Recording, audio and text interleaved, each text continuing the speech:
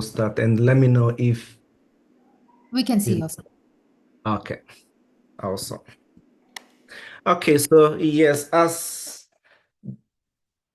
she mentioned, I'll be talking about the predation's impact on tick-borne disease dynamics. So I'm currently at Stanford University, and this today's talk is basically going to look at a work that I worked with these two awesome collaborators when we met at UC Berkeley 2 years ago to work on this project. So this project was actually born when we met there to discuss some possibility of what intersecting predator-prey systems with tick-borne diseases. So this is something that there's not a lot of literature on.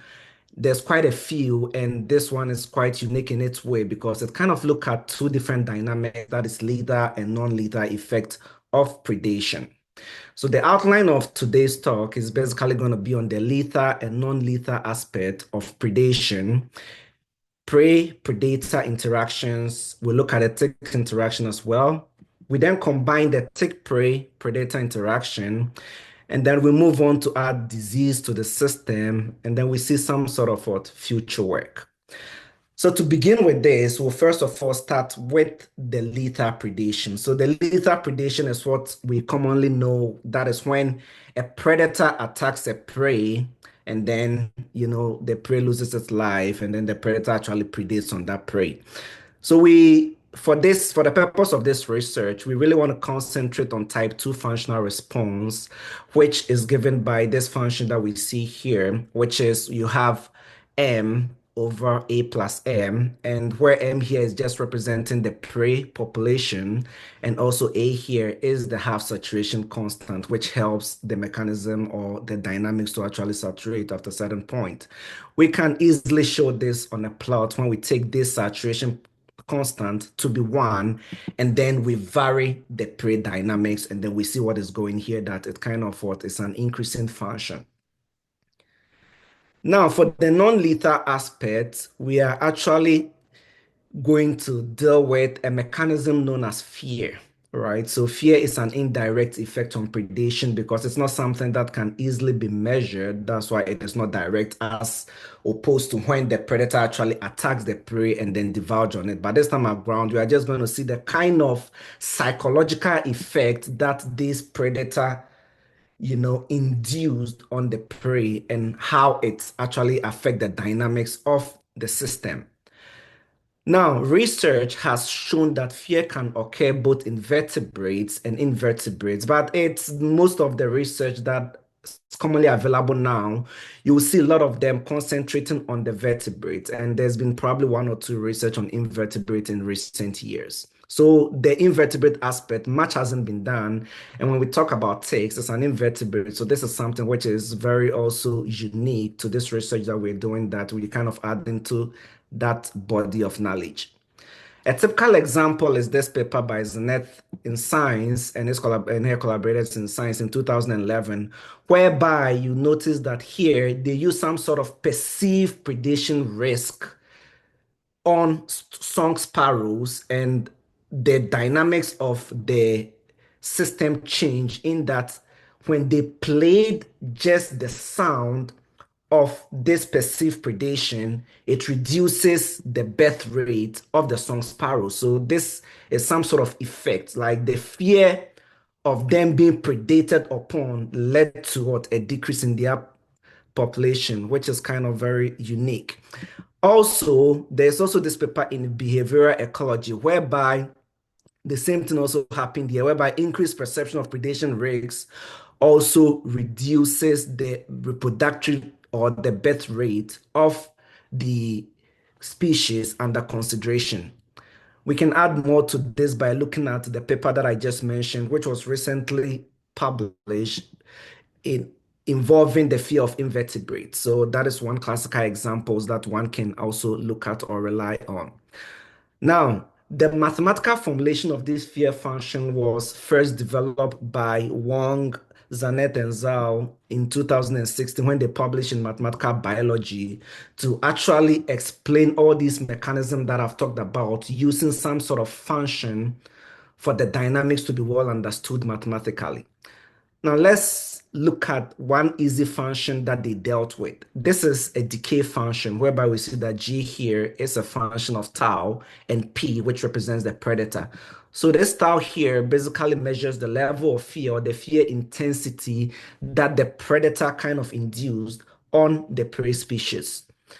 Now, it kind of makes sense for this to be a decreasing function based on if you think that there is no, if we think about this carefully now, if tau is zero, if there's no fear, we kind of have zero times p here, which is zero. We have 1/1, which is one. So if there's no fear, nothing happens to the system, right? If there's no predation also as well, and it's zero, we still have one. Nothing happened to the system.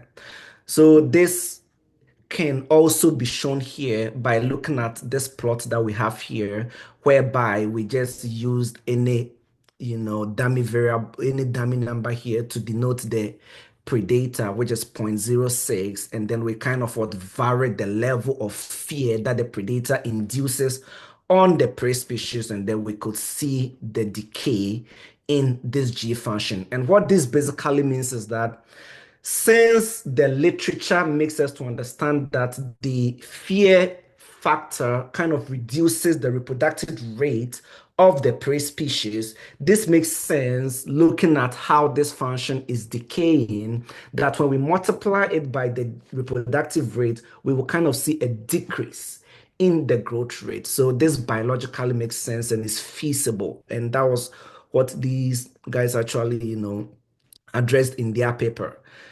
Now, for this research, are really going to talk about how we can incorporate age-structured tick dynamics into this predator-prey system that I just talked about.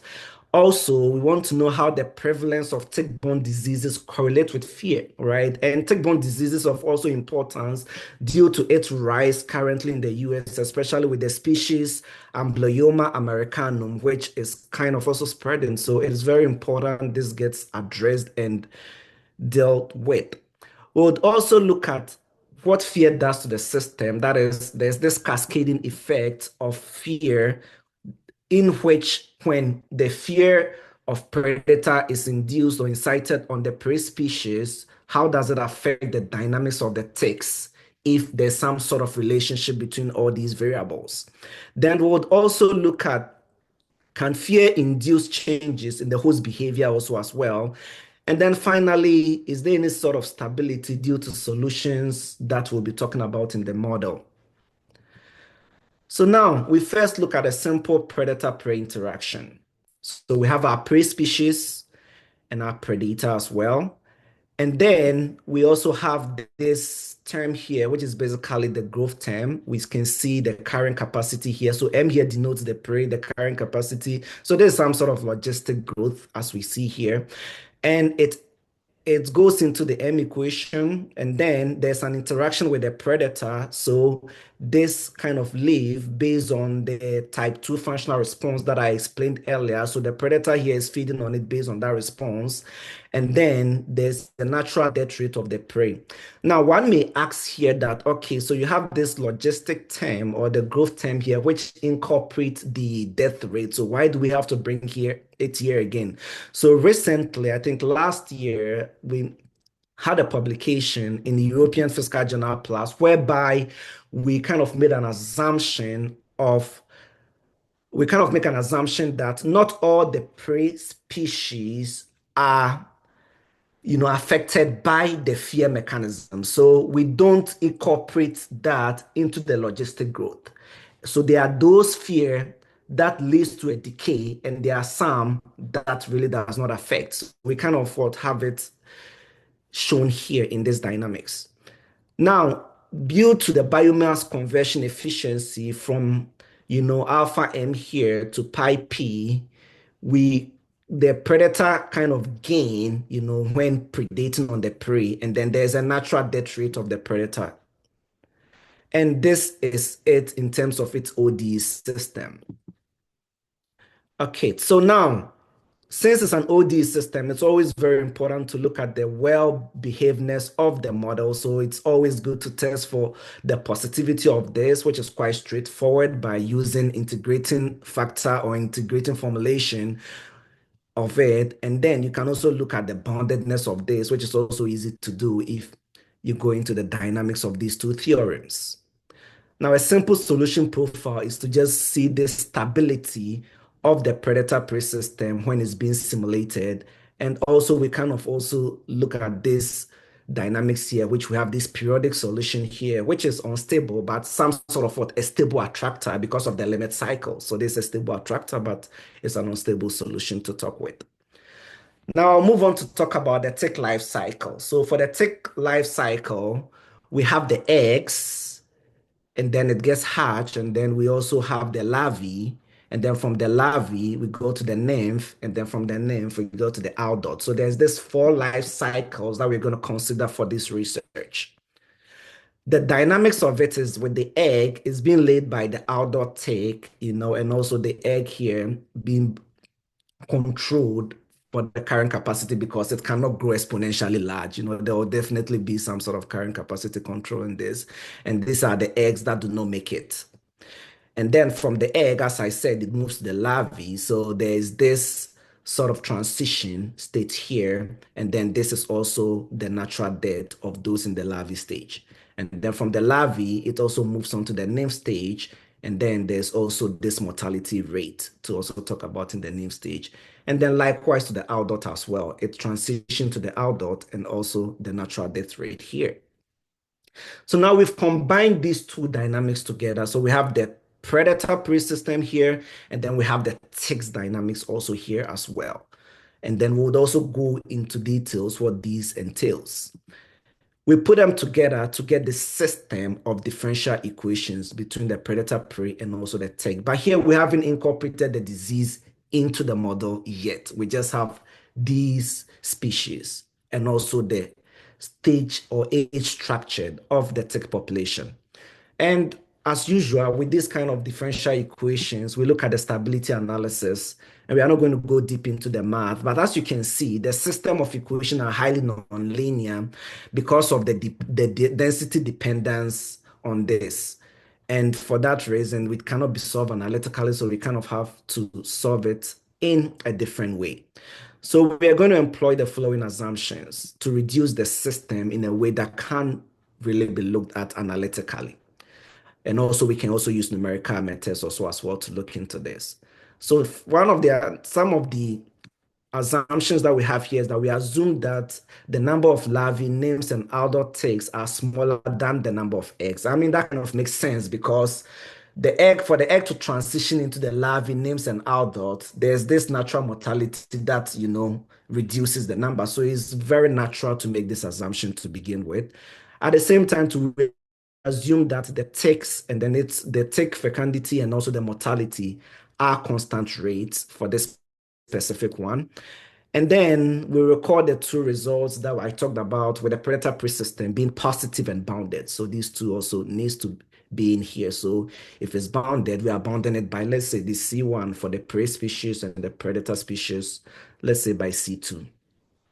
So now, based on the assumptions that we've made, we've kind of compressed the tick dynamics into this simple equation that we see here, which is that the growth term minus this mortality term that we have here. And then we also have our predator-prey dynamics. And these ones can easily be studied by looking at the stability analysis of that. Here, biologically, one is always interested in the non-negative equilibrium point. So we first of all have this tick-only equilibrium point, and then we have the predator-free equilibrium point, and then we also have the coexistence equilibrium point between all these populations under consideration. Now, these A and B are defined in the predator star or the P star from the coexistence equilibrium. So this is just also to show some simulation results that I mentioned earlier based on the predator and prey, giving us this periodic solution that we see here, which is a stable attractor. And this is also some results for the larvae and also the prey population, just to study the dynamics of how the larvae and then the prey changes as time goes on. And then we also look at the simulations for the eggs and also for the nymph, the adult, and also the predator, just to also to study if there's some sort of similarities or something going on. And then we can see some sort of trend from here. Now, the picture that you see here on the left is basically a tick laying egg, right? So these are the small, you can see that the eggs are these brown, murky things that you see there. So you know that after the female tick lay the eggs, the female tick dies after laying the egg. So that's also some sort of simulations to show what is going on. Okay, here we combined some of the numerical simulations that I showed you guys earlier just to see, and as I said, study the dynamics of how these things are being moved. So if you look at the larvae, you can see that it is following the trajectory of the predator species, right? And that will make sense pretty soon as we go through this whole thing. So in this simulation, one can also see that the nymph and also the adult are following the trajectories as well, since the egg laying and also the nymph are on the predator, or they are, since that tick is on the predator species. So here, now we are going to add the disease to this dynamics. So for that, we assume a transoviral transmission, which is very unlikely. And, this is because of what the eggs, we are assuming that the eggs are laid without infection, because in tick-borne dynamics or tick-borne diseases, the eggs itself can't carry an infection or disease. So here we are just taking out that assumptions that the eggs are affected by any sort of infection. Now we denote the susceptible class by S and also the infected class by I. So the disease tick prey predator system, we have the ticks, which starts with the egg.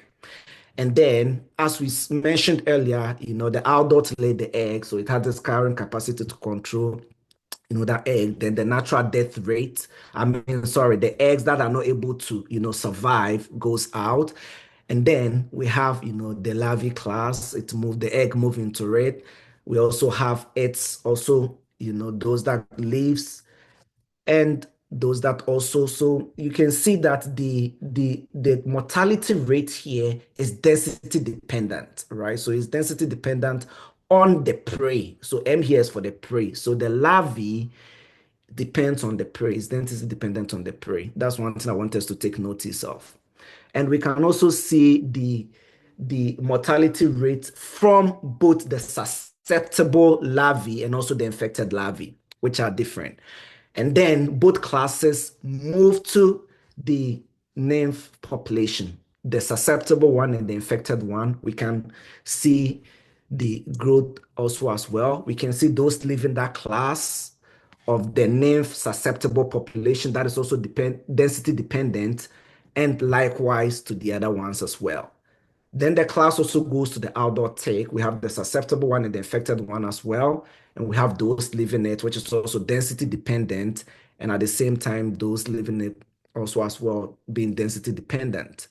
And now the prey population also comes in, and these are the dynamics that we've looked at, earlier. So we have the prey population, which is dependent on the nymph population, as I mentioned to you earlier, that the prey, the nymph is actually on the prey, or is affected, the prey is affected by the nymph from the ticks. And then we also see these decaying terms from the susceptible and the infected prey as well, which are also density dependent. And due to predation by the predator, we can see the type 2 functional response operating on this, moving to the next class, which is the predator, because it feeds on the prey. So we have the susceptible one and also the infected one as well. And then we also see the natural death rate. So it's very density dependent, and we can see a lot of moving parts with these dynamics.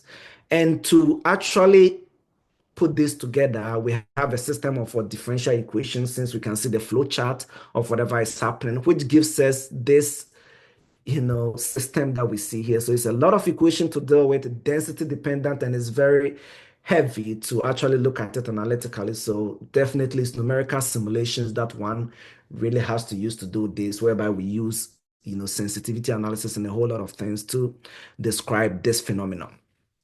And also, because we've added all these things together, it's also very important to check for the well-behavedness of the model. So the non-negativity or positivity is quite important that we check for that. And it was positive. The boundedness is also very important because the population cannot grow to infinity. So there should be some sort of boundedness. And we have to make sure that the model has the assumptions that makes that possible.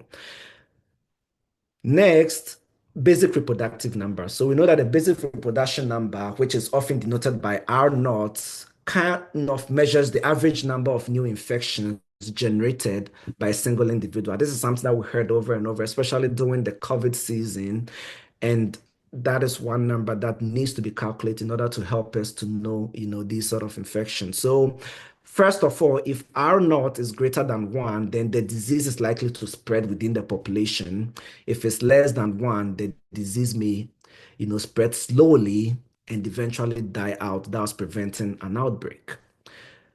So it's very important to look at the stability of the disease-free equilibrium, since that is very pertinent to this. Now, it is given by this, the disease-free equilibrium is given by this equilibrium point, epsilon naught, that we see here. And you can see that all the diseases here are zero, set to zero, because we want disease-free, or all the others are the susceptible class. And as we see, the analytical expression is very difficult to obtain due to the nonlinear nature. So for that reason, we are not going to put it here, but it's something that we have in our archive version of this paper. And to establish this, we use the next generation of Preda method to actually do that. So the stability of the disease-free equilibrium, the spectral radius to get these. And we are not going to write it explicitly here, that formula. So for the lemma for this, the disease-free equilibrium of the tick-predator model is, asymptotically stable if R naught is less than one, and of course unstable if R naught is greater than one. So in conclusion, the proposed model here indicates the model equilibria is stable when the tick fecundity and the mortality rates are not host dependent, because when they are host dependent, you see it's very heavily dependent on the species, and it kind of make it very complicated to actually look at in details. Now, the predator-induced fear and predator attack rates are the two significant parameters of this model when we look at, or when we take a closer look at the simulation and the bifurcation aspect of it, of course, as together with the sensitivity analysis, which I haven't shown in this part of the talk.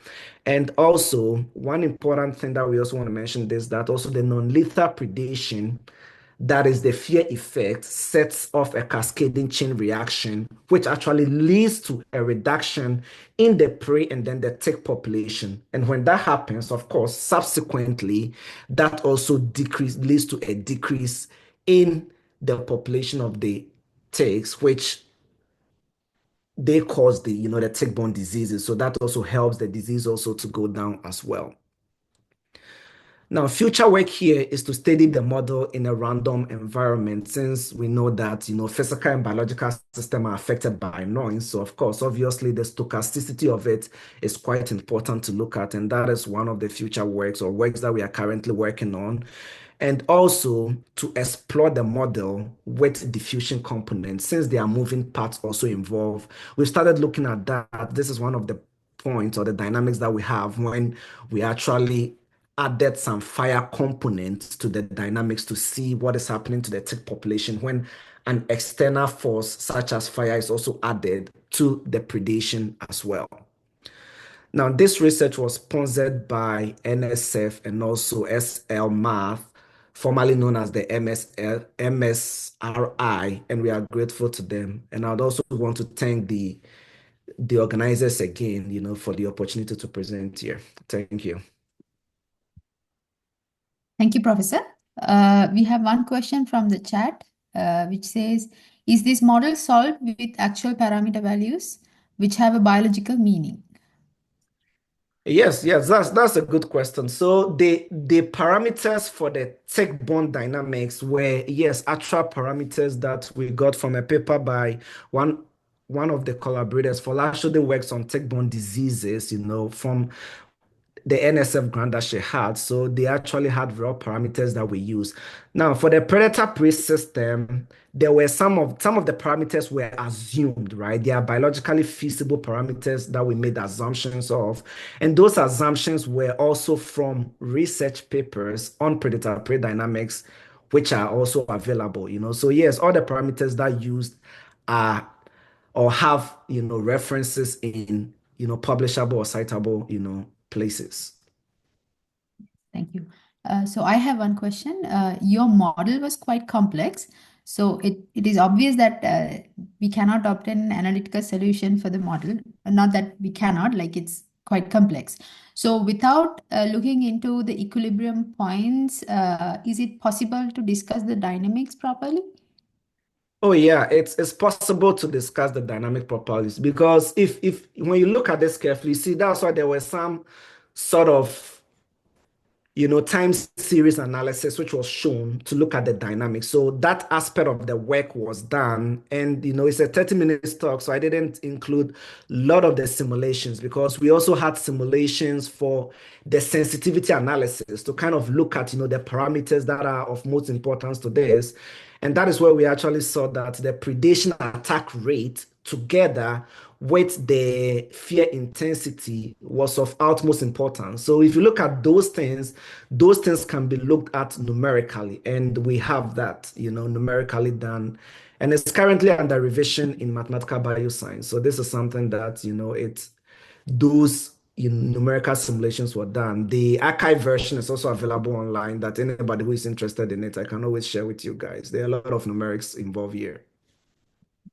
Thank you very much, Professor. Any other questions? Yep. I have question about the R naught. Um, Okay. what what about if we consider the R naught like for three systems separately? Why didn't we consider it for the three system? Yep. Yeah, if you look at the three system that I showed you earlier, you can see that we hadn't considered the disease dynamics for the three system, right? I can go back to the three system. It was just the predator prey with the condensed, you know, text dynamics in which there's no disease, right? So here we don't have any disease here, and then Yep. R naught wouldn't be of importance here. If we go back to look at it again, the this was the system of the tick that we looked at. We just looked at the stage structure. I mean, sorry, the stage or age structure of the tick population. So with this, we can. But yes, of course, if we add the disease and we compress it, then fine. The thing is, with the disease, you saw how, density dependent all these mortality terms were. And to compress it, you are going to make a lot of assumptions, which is actually going to destroy the beauty of the work. Those assumptions will make it unrealistic. So it wasn't really important for us to make it, a three system to make it easy to solve. But then we would lose too much vital information, and then the analysis would definitely be off what we really want. Yep. So what about after introducing the disease? We have like, for the example, we have ticks with infected class. Yeah. Can define R naught for ticks, the infection in the ticks. I mean, disease in the ticks. Oh yes, one can do that. And yes, so it's still going to be density dependent. Yep. And at the same time, it's going to look, yeah, a little bit complicated, but yes, that can certainly be done. Yeah. Yeah, by still using the spectral radius, technique. Yeah, next generation technique. Yes, we can definitely do that. Yeah. Yep, that's a good one. Thank you. You're welcome.